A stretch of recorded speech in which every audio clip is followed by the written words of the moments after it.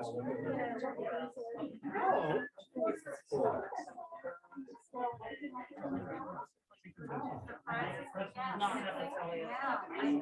know it's hard.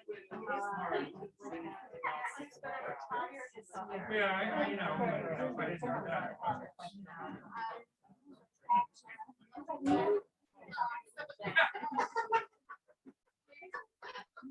Yeah,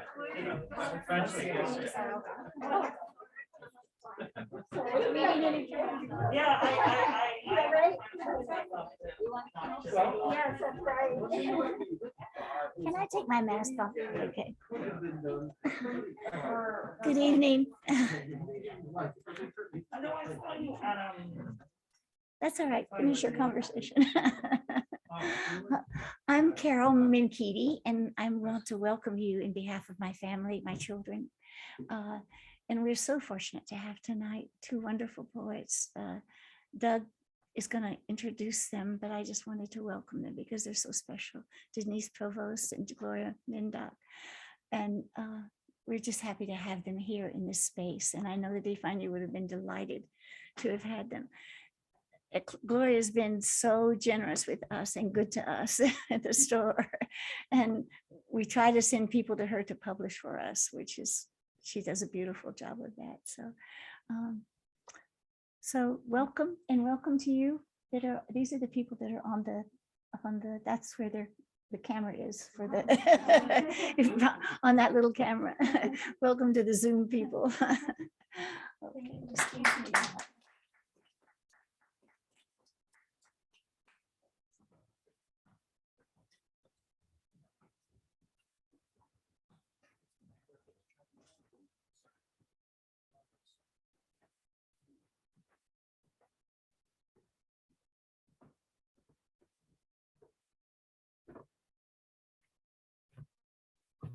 Take my mask off to read, or please? Yeah. Okay.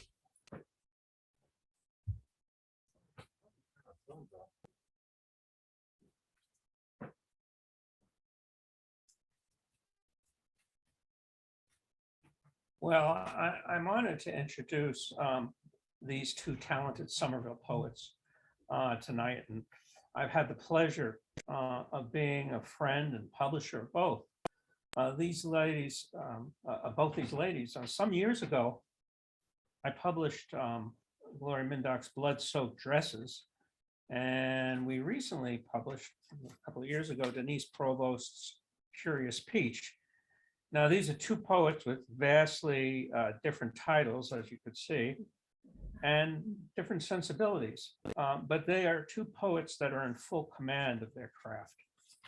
Both poets have new books out. Gloria Mindock, former Somerville Poet Laureate and the founder of the prolific and noted Cervena Barva Press, often focuses on the atrocities, like in our book, Blood-Soaked Dresses in El Salvador and others. And she's and according to Renuga, I forget the last name, Renuga. Yeah, she deals with the theme of what remains behind after the destruction of death and burning. And Denise Provost, who retired after many years as a state legislator, wrote and her new book is Ash. I think, sorry, I didn't say that. And Denise Provost, who retired after many years as a state legislator, City Stories, which was published by the Cervena Barva Press, and poet Adan Anet said it's full of everyday events, the Hong Festival, Art Beach, Longfellow Bridge, and she reveals what is universal in all of them. And both these poets, in the best sense, bring it on home. So thank you very much.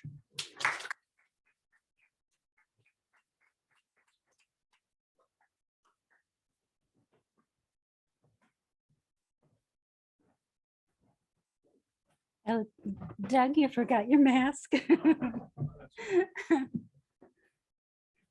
Someday without these. Thank you so much, Carol. Thank you, James, and the other staff here. I can't remember your name, I'm sorry, but thank you for everything and for having Denise and I here. And Doug, thank you for the wonderful introduction. So I'm going to start out with a new poem. And it kind of fits, even though Russia is evidently attacking Ukraine, even though this isn't about it, it kind of fits. And it's called Playtime. Political parties will not end this war. People protest for a paradise, a place where there are no bullets or machetes ripping bodies apart. As a young girl, I saw it all.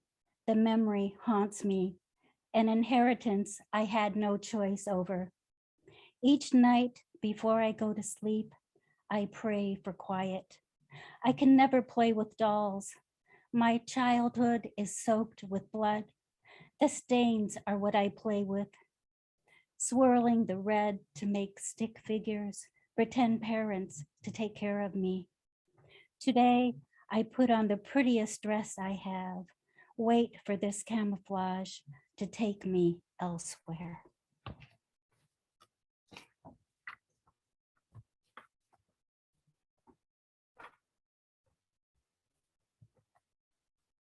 I'm balancing here. And the next poem I'd like to read is from I Wish Francisco Franco Would Love Me. Calling. Sometimes the angels speak to me, usually around 11 p.m., my name called. Veil covering my heart. No, it's a blanket keeping me warm. The whiteness around the angel fills my temple blazing hot. I'm on a threshold of something reflecting, sounds quiet, until I wish it would pass. I saw a man slit his throat yesterday.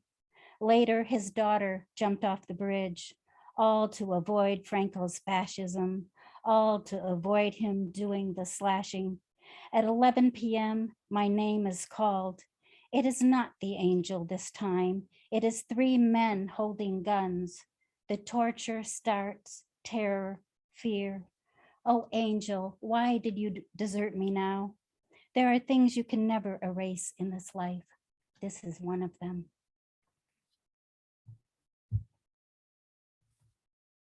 And now I'll read from my new book, Ash. This is it.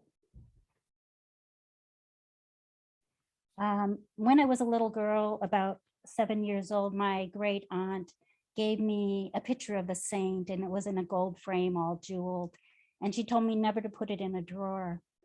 So it still isn't in a drawer. It's actually on my Day of the Dead altar. I also have rosaries, holy water, not holy water anymore, but from the Pope, who was my relative. And in my family, if you, I guess if you have a crucifix and it's broken, you don't throw it away. If it falls on the floor, you kiss it, things like that. So these next 2 poems were inspired by that. And let's see here.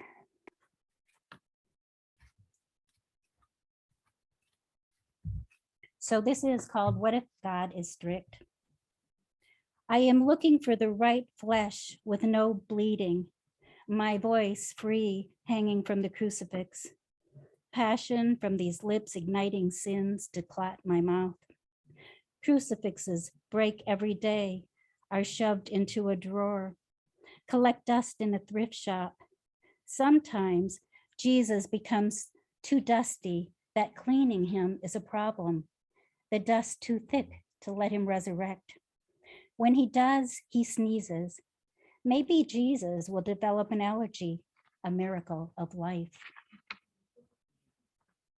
I hope I don't go to hell for that. My mother from heaven is going, oh no. This next one is called The Crosses. We have broken crosses in our drawer. Why are they still there? It is a sin to throw out the symbol of Christ. We would fall from grace. The sacraments received on Sunday would be for nothing. So here they are, buried by papers, screws, ink pens, pennies, a few rubber bands. How sad, Christ defending himself from junk. Where is his heart? Take the crosses out. Let him breathe. Put the pieces in every room out in the open, each one giving testimony to your life. This next poem, I worked in as an addictions counselor for 40 years and as a clinical director. And one of my clients was hysterical. He'd come in and he'd tell us date stories, and I would just be doubling over. I couldn't even breathe most of the time. And I said, I don't want to hear it because I knew I would be hurting. So the first three sections are true. The fourth section is made up. And unfortunately, he's no longer with us. He died of an overdose.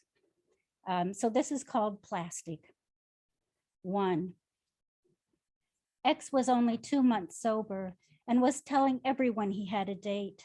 Despite being told to concentrate on his sobriety and not women, he would not listen. The next day, he said they went out for dinner. Afterwards, she invited him to her place for coffee. When they walked into her apartment, there were dolls sitting at the kitchen table, on the couch, in the bedroom, and even on the toilet. Doll eyes watching him, creepy. He left. We all teased him and said he should have kissed a doll. There would be no heart beating. All he would have to do is keep his lips closed. There would be no feeling. 2. X was sitting in the car with his date, about ready to go to dinner when she said, wait, I have to wrap my head up in tinfoil. It is important for me to communicate with the aliens. X looked at her in disbelief. He took the tinfoil box from her and wrapped his head up with it, waiting for a miracle. 3. It's been a while since X went out on a date. He sat in the car as she smacked her gum and then stuck the chewing gum on the dashboard.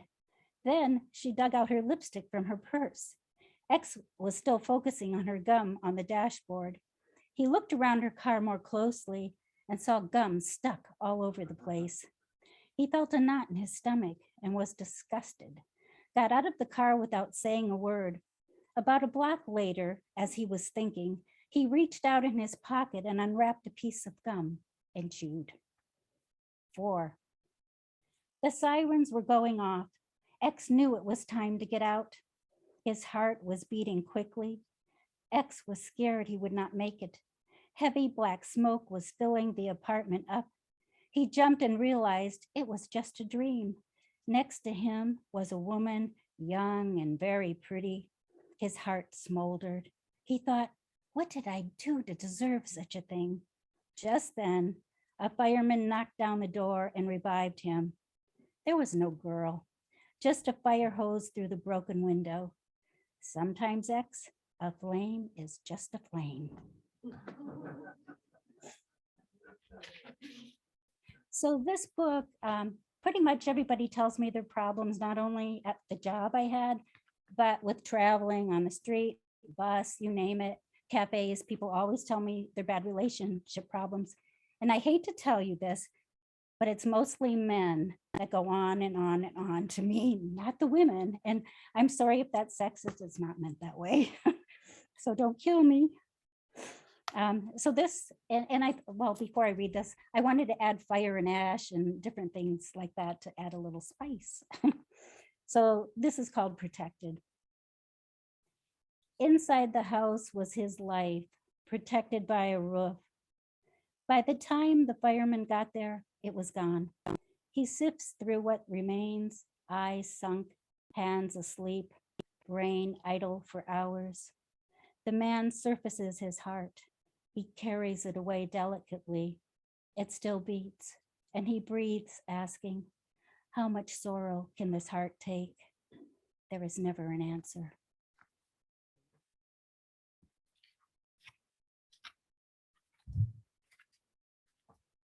Oops. Ashes. Bury me into your heart. Don't forget.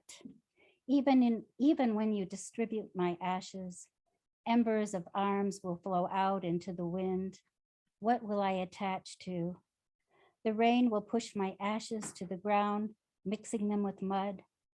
Stepped on, maybe someone will bring me home on their shoe, wipe the mud off with a rag, throw it away, then off to the dumps. This is all I am, garbage, to be buried again into non-existence. There is a chance I will be recycled. Later, I could be part of that doll your child embraces.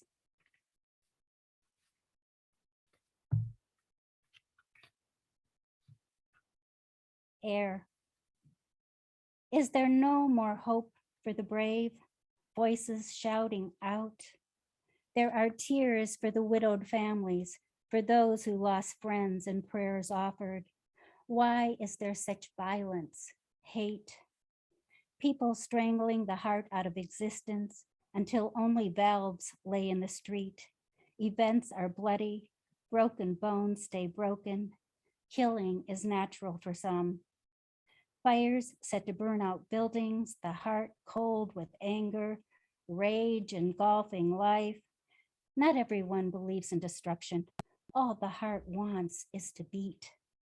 Angel, wrap your wings around the oppressed. Hold and protect against evil, and the hands entangling the last breath, the last gasp. The dead bodies cannot sing. Therefore, the world is empty.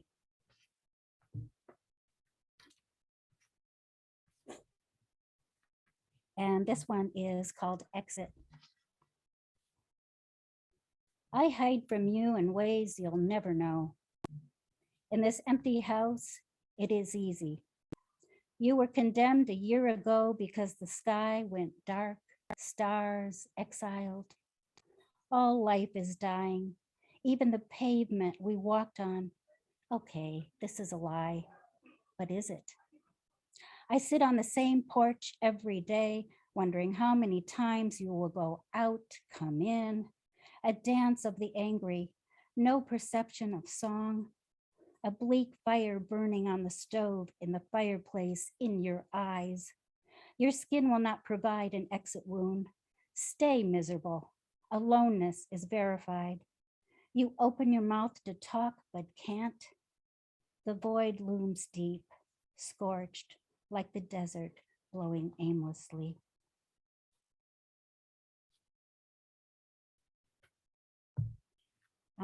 Let's see here.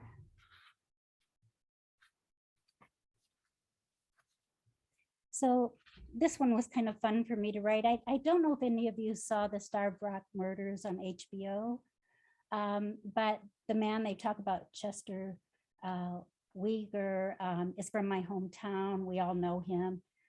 We think that he's innocent, but he's out of jail now. He's, I think, 80, and they're trying to still prove his innocence. And my dad taught him, you know, in a small town, everybody knows everybody. And I was thinking about that, and I wrote this poem, even though it's not related to the murders. But I'll explain why I'm mentioning murder after I read this. Escape. Trying to escape, but I am surrounded by flat land. No place to go. If I stand behind the tree, you will find me. Behind the barn, you will find me. Behind the house, you will find me. You would not expect me to hide down by the Illinois River or in the caves of Starved Rock.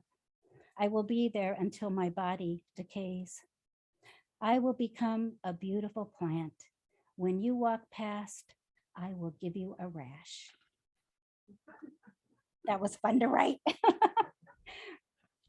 And so I love serial killer movies, true crime books, and forensics, all that stuff. My mother did too, and my dad not so much, but I love it, and I read everything I can get my hands on.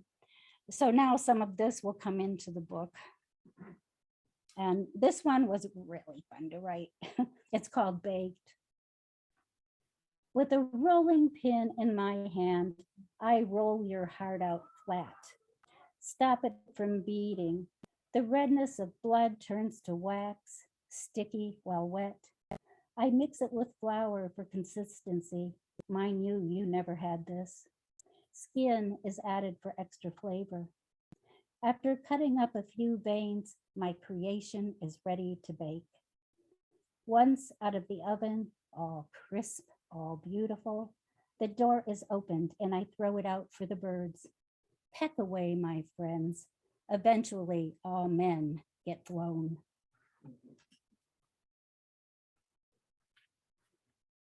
And at the end of this book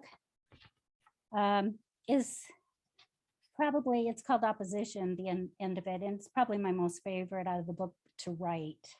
And the first stanza is the man speaking, the second stanza is the woman, and it's just initials, the titles. So this one is called J/M. J loved fake names. He was a burnt out novelist, wrote too many stories about horrific blind dates. He was a wild man, too many plastic bags in his kitchen. He would kill you, burn you, pretending it was love. M, an elementary teacher, went out with J. She thought he was popular, would bring her wealth. M was wrong. Her fate lay at the water's edge, an alligator.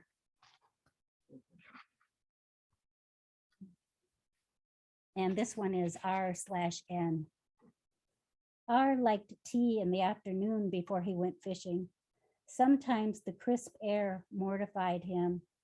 He would sit and build a fire. One by one, he took the worms and burnt them. He was grateful for such beauty.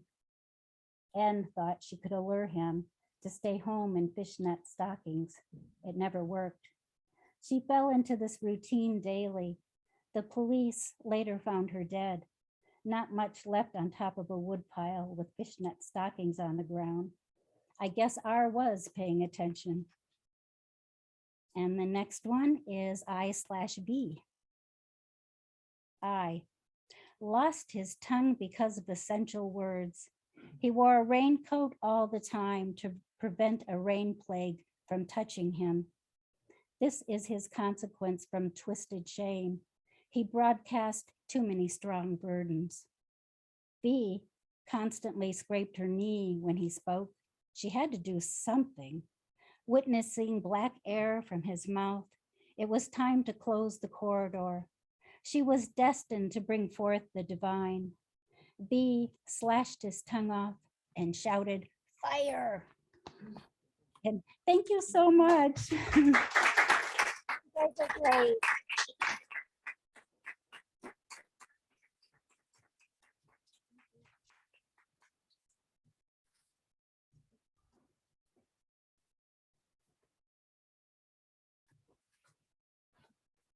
Hello, everybody.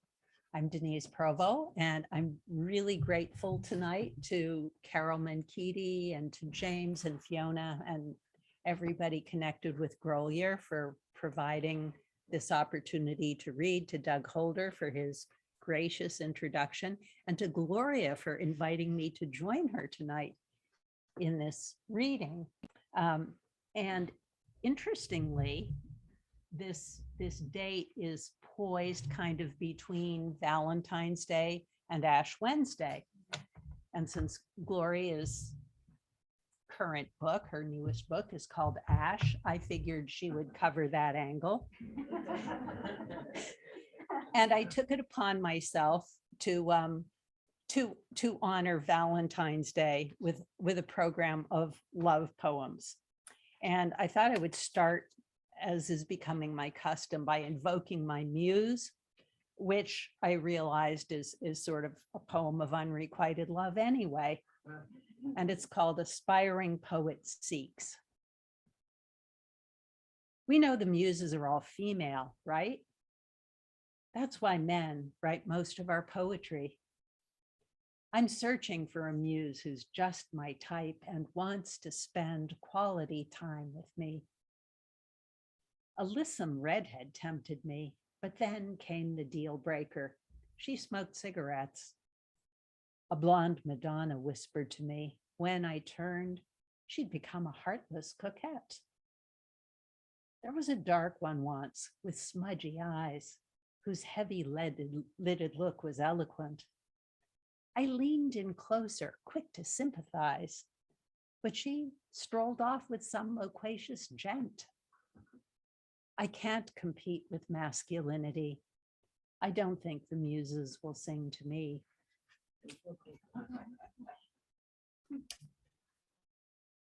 So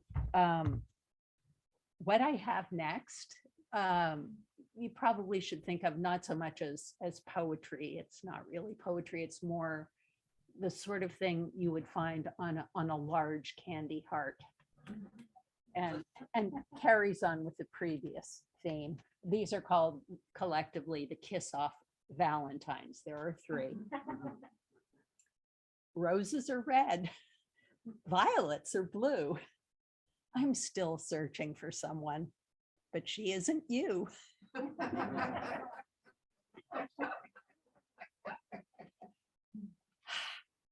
Today, our torrid passion ends.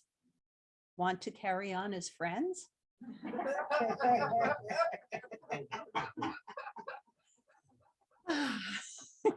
And other non-starters. Forgive me for sending a text to say, I'm not over my ex. If I led you on, so be it. Now I'm gone.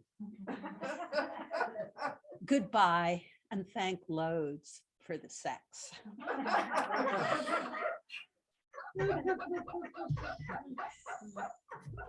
I hope you all had a better Valentine's Day, right?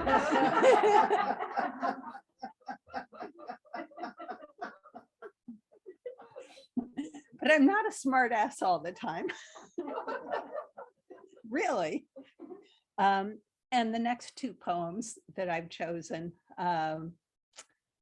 are 2 snapshots widely placed in time in the same relationship. And the first is titled Exploring What is Possible in a Disfigured World.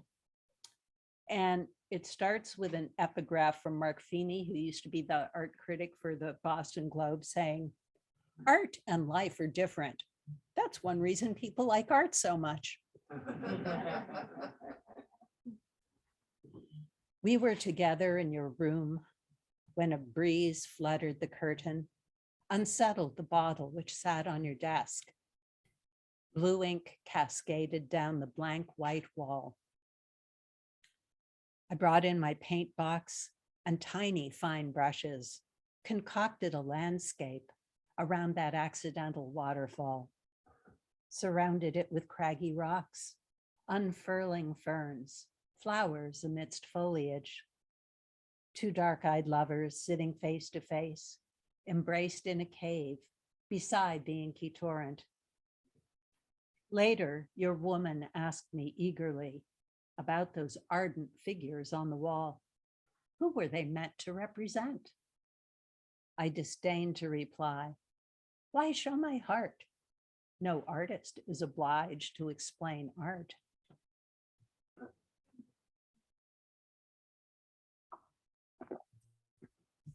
And this poem was awarded the Best Love Sonnet of 2012 award from the Maria C. Faust Sonnet Competition out of Winona, Minnesota. And it's titled Box of Rain. And it has an epigraph to it, just a snippet from the Grateful Dead song of that name. Such a long, long time to be gone and a short time to be there. I nearly said, I loved you for 9 years, but realized that statement was naive. In truth, I've never stopped.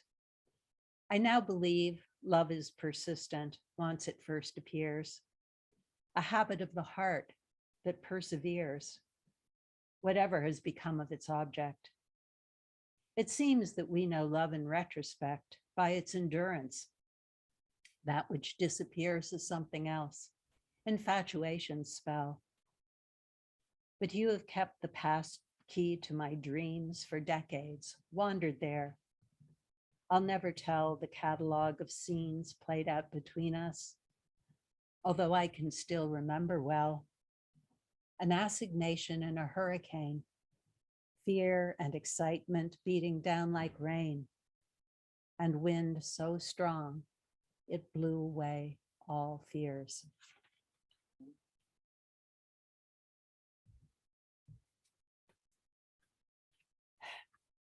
And for a change of pace, this is a poem about a story that we've all heard.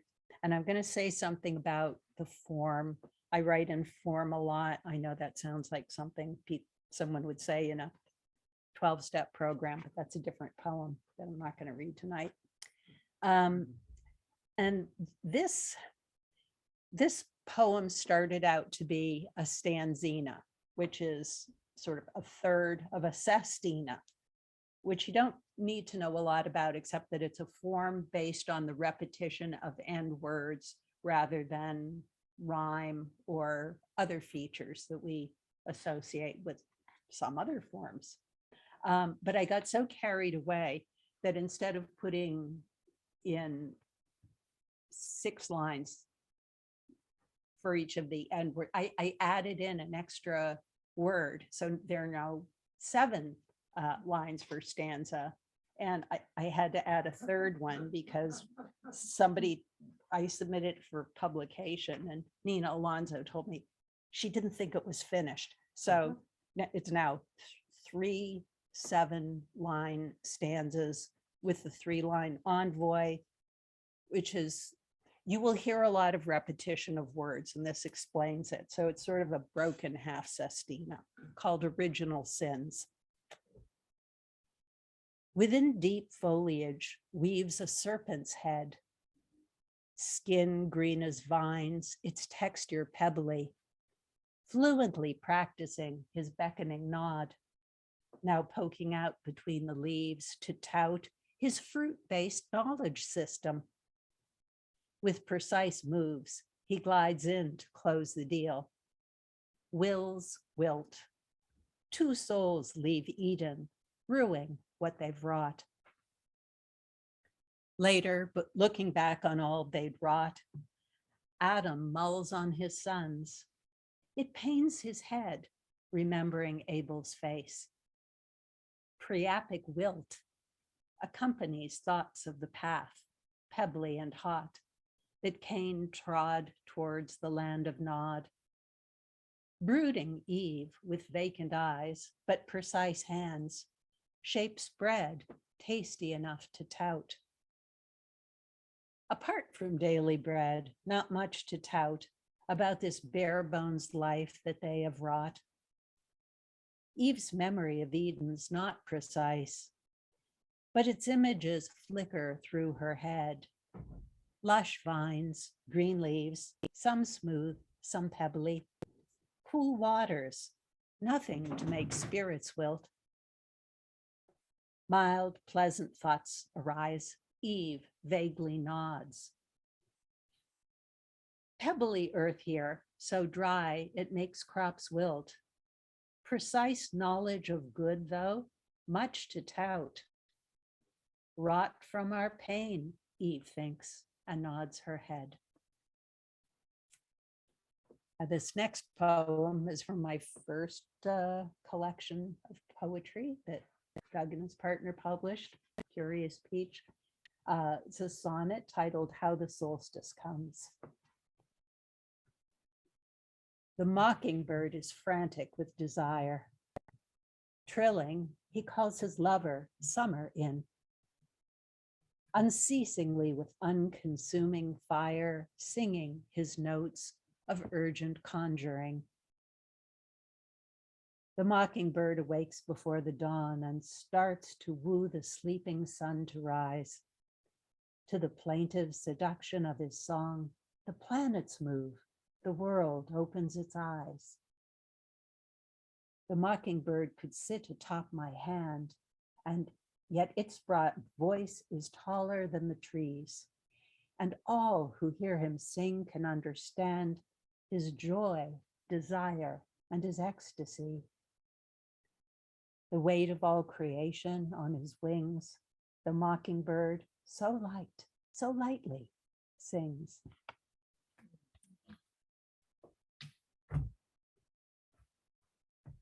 For something rather different. I have brought some new work that I was working on October through December. It is a sequence of 5 sonnets for 3 characters. There are 2 monologues for 2 and a final commentary by the other. And this is a rollicking story of interference by the gods, bringing about passionate love, abandonment, despair. Just out of curiosity, how many of you are familiar with the story of Dido and Aeneas? Okay, all right, okay. So for those who aren't, just to give you a snippet of background, a Roman poet named Virgil wrote an epic poem called the Aeneid that purports to explain the antecedents and founding of Rome by a hero named Aeneas, who on his way stops in Carthage and has a passionate love affair, possibly marriage, with Dido, the queen of Carthage, until the gods tell him he has to leave without saying goodbye, and he does. So, yeah. But there's a little backstory that goes all the way to Homer. Is if you in the Iliad, of course, Aeneas is a Trojan warrior protected by his powerful mother, who is, it is revealed in the earlier Homeric hymns, Aphrodite, whom Zeus decides he'll make her infatuated with a shepherd, and Aeneas is born of that union. So with that classical mishmash in mind, we will go to Dido 1. That I was born the daughter of a king set privilege and peril in my path. My husband was killed by my closest kin to thwart and warn me. Strife and looming death finally convinced me to take my leave. We sailed the Mediterranean Sea, due west, bought land, founded a new city. Our Carthage grew into prosperity. Alyssa, my mellifluous given name, was lost to me. Like Carthage, born anew, I was called Dido, wanderer. My fame flows from this second life in which I grew in power, dignity, and skill, attuned to my people's needs. From love, I was immune. Aeneas 1.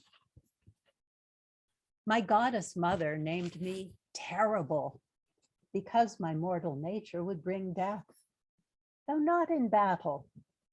While Troy's fields were full of dying men, I was delivered thence. By what power? I only guess. The ghost of hero Hector cautioned me to flee amid Troy's ruins. My dear wife was lost before our ships could breach the Western Sea. 6 years we sailed, could find no welcoming place. A storm took us to Carthage. It was there I met a noble woman whose dark eyes captured my willing will, and I loved her 1 happy year. She wanted me to stay, but I obeyed my gods and slipped away. Dido 2. Wrought by the sea, your speech magnificent, you told of Troy's fall. All Carthage shed tears. I wondered, by what great god were you sent? But no kind deity ruled our affairs. Capricious forces would have me undone. I'd refused many suitors, but succumbed to you, my sweet Aeneas. Now you're gone. Your absence leaves my sinking spirit numb. I reel from your abrupt, brutal withdrawal, your fading scent, an aching in my marrow. Bereft, my belly starts to feel hollow. My life shrunk to a shard, dry and narrow. It matters little to die of desire or place love's empty hull upon the pyre.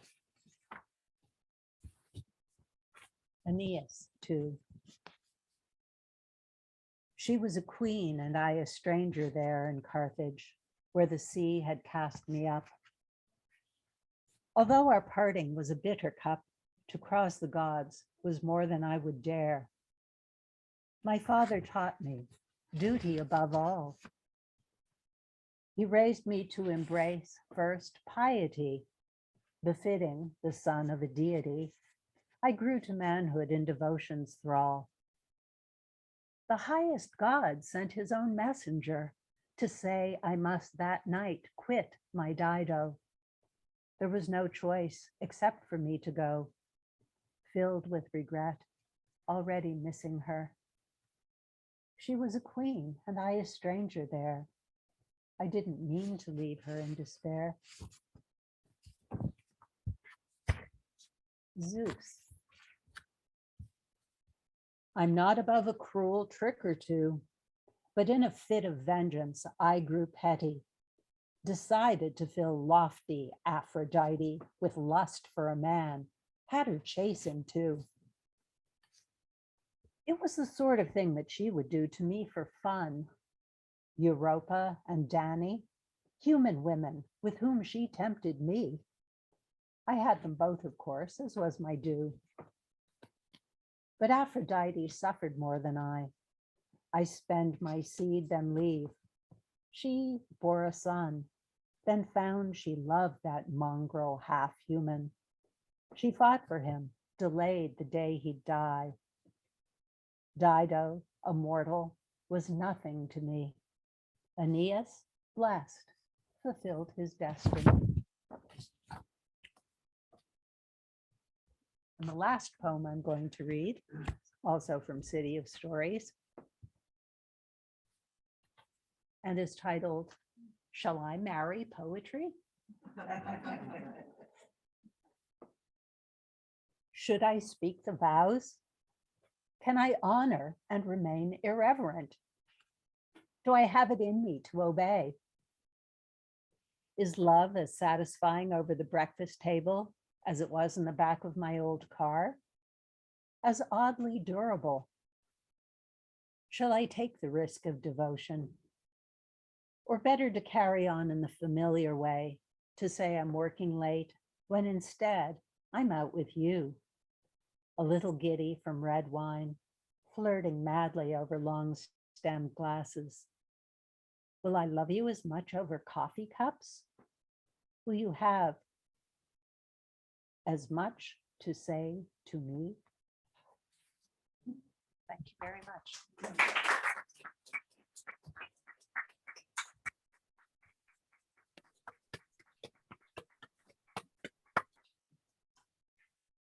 Gloria and Denise for that very beautiful reading. We have time for a short Q&A. If anyone has any questions, the poets will, if you guys don't mind, go back behind the camera so people on Zoom can see. Yes, I'll get things started off. I'm wondering how living in Somerville has impacted or informed your poetry and your poetic practice. Well, totally. I mean, it's, you know, you can probably tell that the City of Stories, the first section is very much poetry of place. And the image on the front, you might recognize, it's the neighborhood south of Ball Square. You know, I've spent all of my adult life in the same little area, and it's shaped everything about my life. And I moved out here in '84 and lived in Somerville the whole time and community, and people influence me, and it's been really wonderful. And the people that come into my life make me want to write. And many are here. Many are here. Yes. Great Somerville showing. I'm curious about this book over here, Gloria, White Mix of Bones. So I got to read your beautiful and bolded Ash, which was amazing. I heard of a lot of people, said all the people like that, and they loved it. Can you tell me a little bit about this book, The Weakness? Because I'm brought to you. Oh, sure. The cover was done by, oh God, I forgot her name, but from Glass Lyre Press. I feel bad. Yes, let me look it up here. She did it special, and I was so honored by it. I hope it's in here. I don't see it. It should be, but maybe in the back, because I really want to give her credit for it. Oh gosh. Oh, Tracy McQueen. Sorry, Tracy. She did the cover, and the book's basically about atrocities in many different countries, from El Salvador, Argentina, Rwanda, the Congo, and numerous other countries. And it focuses all on that. And the title just came to me, and when I saw what she did with the cover, I was just thrilled. And Glass Lyre Press did that besides my book Ash. So I'm really honored and thankful to them. Thank you. Yes. A lot of the work you read included, I guess,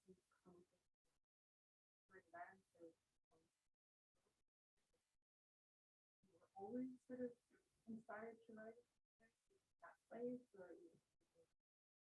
a period of your life, or other work that inspired by something else? Well, I first started out writing plays, and then that changed quickly. And I've always been very political. I've always fought for the underdog, so to speak, thus being a social worker, but also atrocities and killing that doesn't need to be really bothered me my whole life. And so I feel like I have to be a voice for others and write about it. So besides sometimes writing different things, I always come back to that. I feel like it's my calling. Thank you. How do I get a copy of those Valentine? There is So one cool. copy. No. There is one copy. How do we change that? Aspiring poet seeks a publisher for my collection of love poems.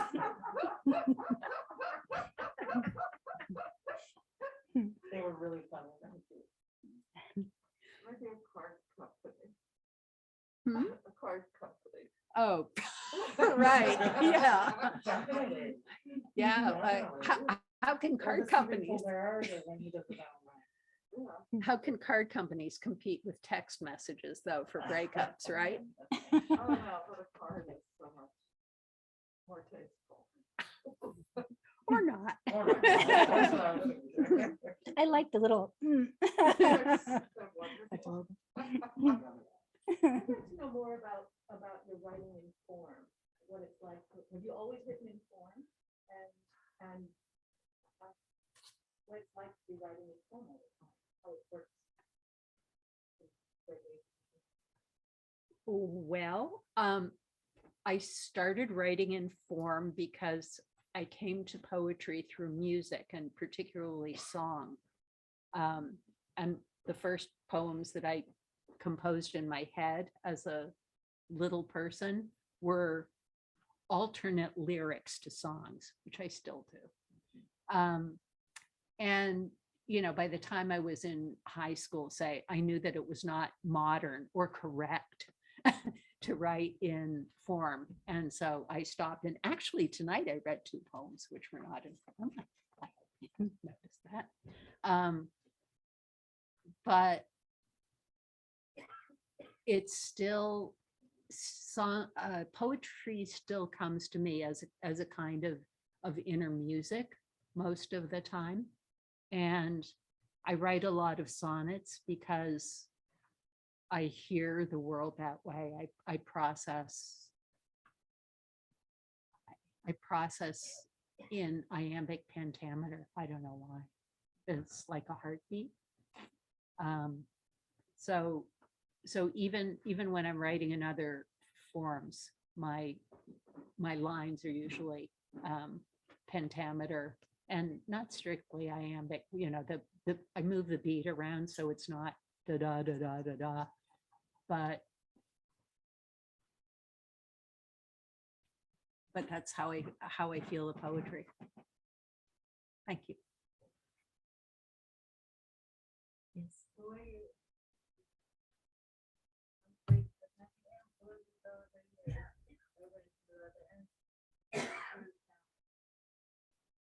Oh gosh, so many. Neruda, definitely. He's my #1 influence. I love his writing. Many Eastern European writers, I can't pronounce their names, so I'm not going to do it. I will be teased endlessly. I can't do it. But mostly that writing, and a couple writers I just came in contact with recently from Macedonia that are just, their work is to die for. And so those are my influences, definitely. Sorry, I can't name you more names, but I can send them to you. It's like this long. Oh, influences. I'm always,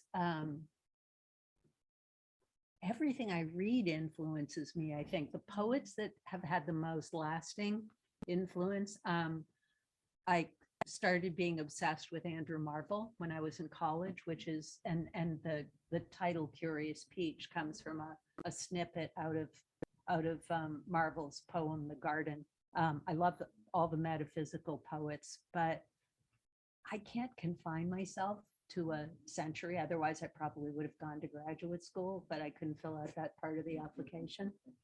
I love Auden very, very much. I love to read Shakespeare. But they're poets whose books are on these shelves, and poets who are in this room who influence me. So I'm kind of a magpie that way. There was a poem in here about having magpie eyes and how I'm always picking up material. And it's the same way with influence. Yeah, there's a lot of influence in this room. But thank you for the question. Great question. Mhm.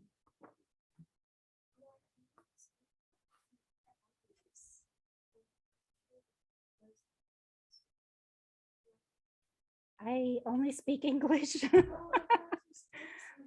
No, I started translating and that, but I don't speak any languages, and I really feel horrible that I don't, because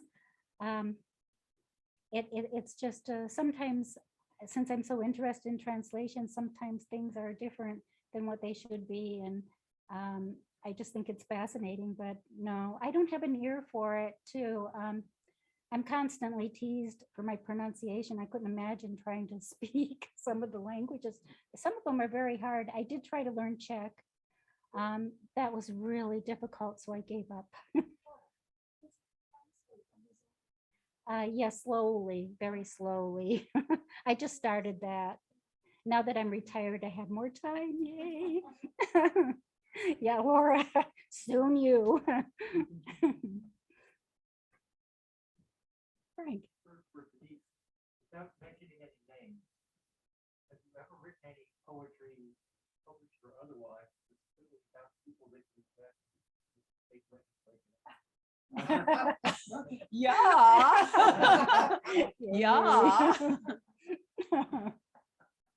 Yes, is the answer. See, is there any? There's, yeah, there, and some of it is in the second section of City of Stories, which is what do I call it? Topical and occasional poetry or something like that. People were curious. They kept asking me for this stuff. So I said, okay, I'll do a dump of it here. You want political poetry? Yeah.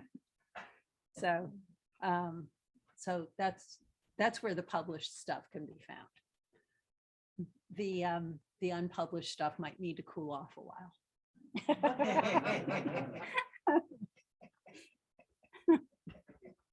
I like that.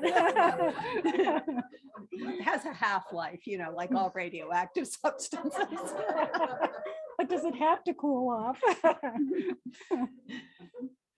Well, on that note, let's give the poets another round of applause. Phil, poets will be signing books over here. Thank you all for coming. If you could move your chairs up against the wall, that would be great.